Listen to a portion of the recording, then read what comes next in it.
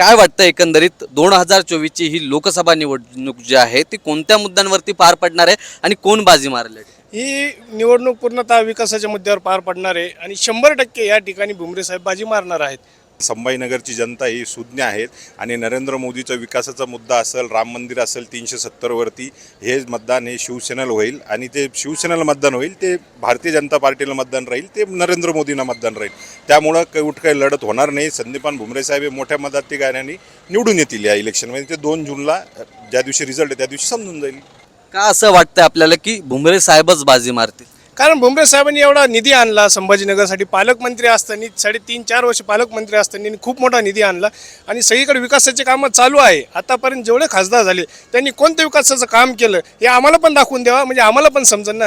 कारण भुमरे साहेबाचे विकासाचे कामं आम्ही स्वतः डोळ्यांनी बघितलेले आहेत, म्हणून आम्ही भुमरे साहेबाचं नाव घेतोय.